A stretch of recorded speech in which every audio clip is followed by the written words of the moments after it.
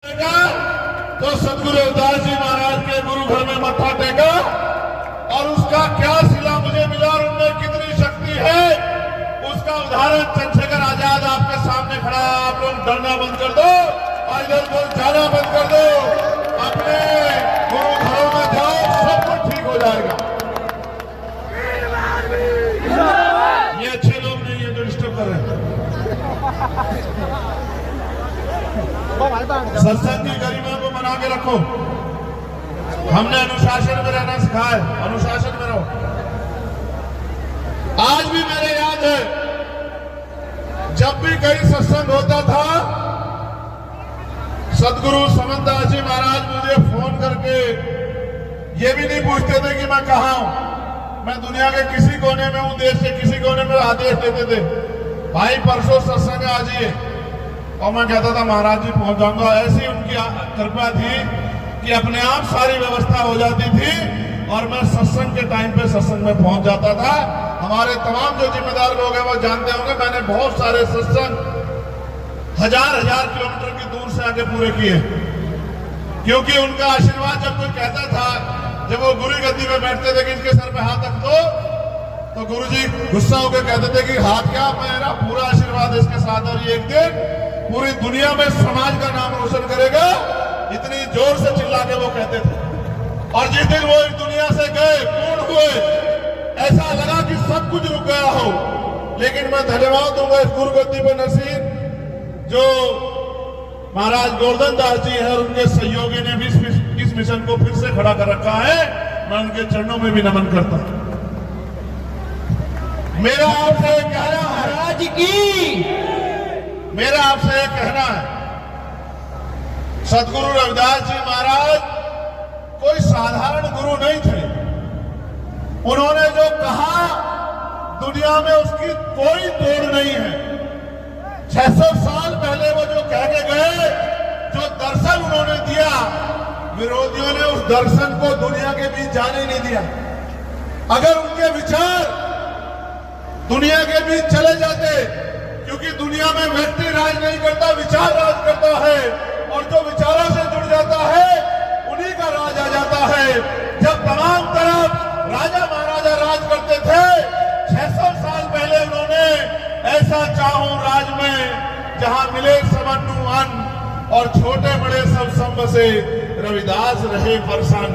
ऐसा राज जहां कोई ऊंच नीच ना हो, कोई छोटा बड़ा ना हो, कोई भेदभाव ना हो, कोई गरीबी अमीरी ना हो, किसी बहन बेटी का अपमान ना हो, किसी को खाने के लिए अन्न की, तन ढकने के लिए कपड़े की और सर ढकने के लिए छत की, पीने के लिए पानी की कोई समस्या ना हो, सब लोग मानवतावादी राज में रहे। ऐसे राज की कल्पना 600 साल पहले की। अगर ये राज की कल्पना जो लोग उस समय के सत्ता में स्थापित लोग थे कोई कर देता तो पूरी दुनिया में जय जयकार होती। लेकिन हमारे गुरु जी को और उनके विचार दर्शन को बहुत लंबे समय तक रोकने का प्रयास किया गया। मैं तो धन्यवाद देता हूं हमारे सिख भाइयों का कि उन्होंने गुरु ग्रंथ साहिब में सदगुरु रविदास जी वाणियों को सबसे ऊपर रखा, उनका इतिहास जिंदा रखा। और सदगुरु जी ने कहा मैं समाज को भी संदेश के तौर पे कह रहा हूं और बात सुनना, आपको समझ आएगी। एक बार संगत ने सदगुरु जी ने पूछा कि गुरुजी हम इतनी मेहनत करते हैं, पसीना बहाते हैं, तमाम तरह के संघर्ष करते हैं, जमीन का सीना चीर के फसल उगाते हैं, फिर भी हम गरीब बेबस लाचार क्यों हैं? तो सदगुरु जी ने कहा तिरुपत एक सेज सुख सूता, सपनों भयो भगा भिकारो, अशरत राज बहुत दुख पायो सोगत भई हमारो। इसका मतलब ये है कि इस देश में हमारे जो पूर्वज थे वो सुख शांति से अपने जीवन को जीते थे, राज में जीते थे। लेकिन जिसे सपने में आदमी सो जाए उसका सामान चोरी हो जाए, इस तरह बाहरी आक्रमण यहाँ हुआ और हमारा राजपाट हमसे छीन लिया गया।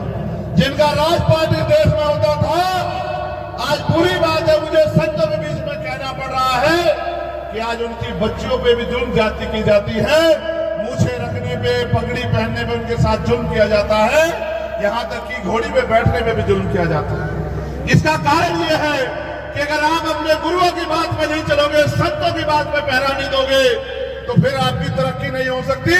आप किसी के बाप को बाप कह लो, लेकिन अगर आप अपने बाप को बाप नहीं कहोगे तो आपका उद्धार नहीं हो सकता। मेरी बात को आप याद रखना। सतगुरु जी ने कहा, रास्ता बताया, मैं आपको कह रहा हूं, इस रास्ते पर चल जाओ तो आपका जीवन पार हो जाएगा। सतगुरु जी ने कहा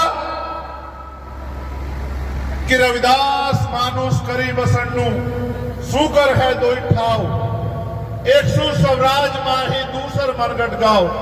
कि अगर सुख शांति का जीवन जीना है, इज्जत सम्मान का जीवन जीना है, तो दो ही रास्ते हैं। पहला, स्वराज माही अपना राज लाओ, और अगर राज नहीं ले पाए तो सुख शांति मिलेगी मरने के बाद शमशान घाट कब्रिस्तान में। अगर जीते जी चाहिए तो स्वराज लाओ, अपना राज लाओ। आज देखो लाखों की संख्या यहां है, तो मुझे कल ये बताना कि आपकी जिंदगी में सब अच्छा हो गया है क्या? सब अच्छा तब होगा जब आपका राज आएगा। और मुझे कड़वे शब्दों में कहना है, महाराज जी यहां बैठे हैं, महाराज जी किसी और का सत्संग होता, ऐसी व्यवस्था होती कि पत्ता नहीं हिलता। ये प्रशासन के लोग हमारी हैसियत नहीं समझते। जितने लोग यहाँ कहीं न किसी गद्दी में इकट्ठा होते होंगे, और वहां 40-40, 100-100, 200-200, 500-500 पुलिस वाले लगे व्यवस्था करते हैं, किसी को खरोच नहीं आती। और यहाँ तो अगर ये हमारे पहरेदार ना हो आपके, तो यहाँ रास्ते भी बंद हो जाएंगे। मैं प्रशासन से भी ये कहता हूँ, याद रखना, अगर अगली बार जब सत्संग होगा और व्यवस्था अच्छी नहीं हुई तो चैन से सोने नहीं दूंगा आपको। मेरी बात को अच्छी तरह दिमाग में रखना, कोई गलतफहमी मत रखना। ये मत समझना कि रविदासियों का सत्संग है और इसकी हैसियत नहीं। हमारी हैसियत ऐसी है कि जब दिल्ली में गुरुवर टूटा था तो हमने दिल्ली के तख्त को 24 घंटे में हिला दिया था। हमारी हैसियत की याद इतने हल्के मत समझना। ये जो बाड़े में लोग बैठे हैं, ये हमारे सर माते हैं, ये हमारी पगड़ी है, ये हमारे गुरु, हमारा सम्मान है। और अगर इनके सम्मान पे आ जाएगी तो फिर इसकी कीमत आपको चुकानी पड़ेगी। प्रशासन शासन के लोगों, ये बात आप याद रखना। मैं व्यवस्था देख के आया हूं। अगर हमारे लोग जिम्मेदारी ना उठाएं तो ऐसा लगता है कि यहाँ कुछ भी नहीं हो रहा है। ये बहुत गलत बात है। ये हम भी टैक्स देते हैं, दोहरा नहीं चलने देंगे।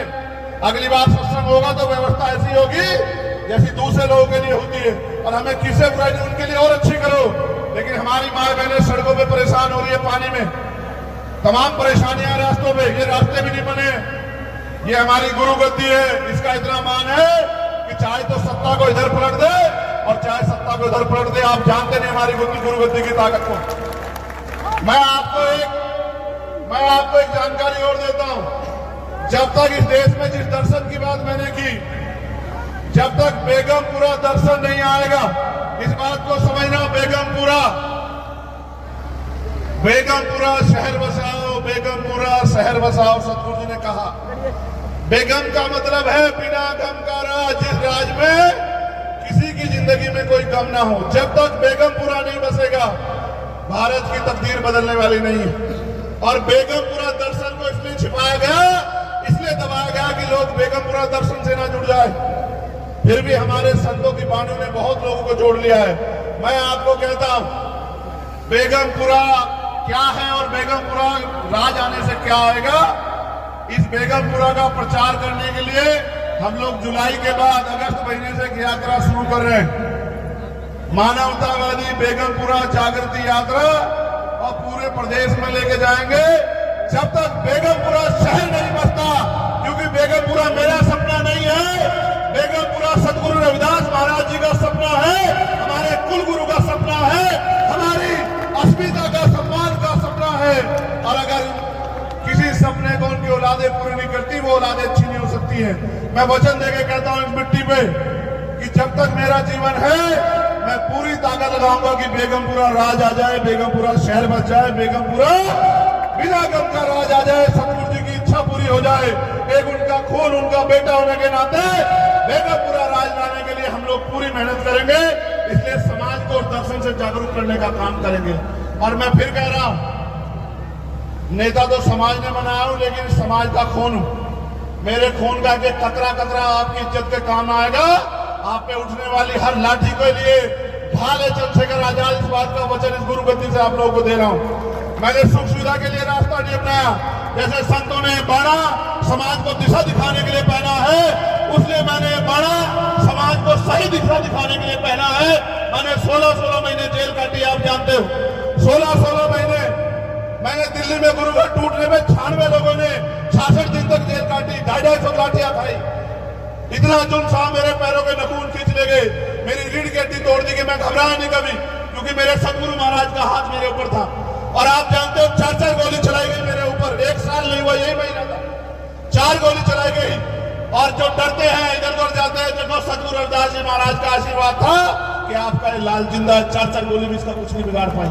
और उन्हीं का आशीर्वाद है, सबके रोकने के बाद भी 1.5 लाख वोट से समाज ने इज्जत की पगड़ी मेरे सर पे बांधी। मैं पूरी जिंदगी इस कर्ज को अदा करूंगा। मैं आपका खून था, खून हूं और खून रहूंगा।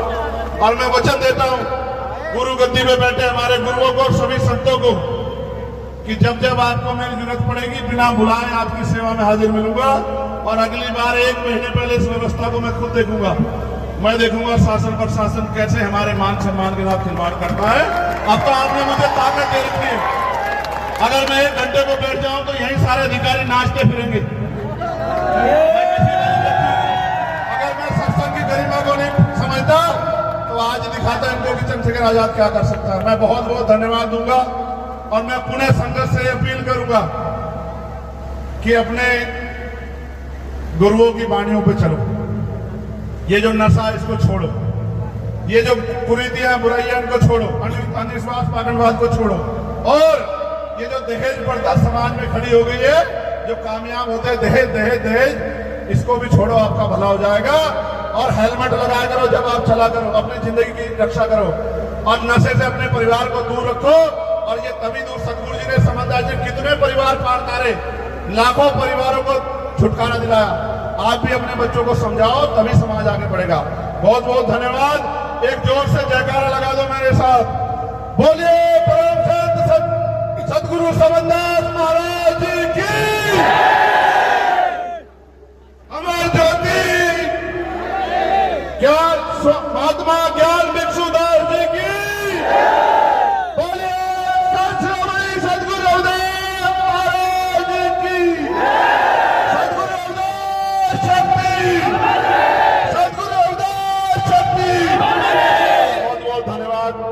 जय भीम, जय भारत, जय संविधान।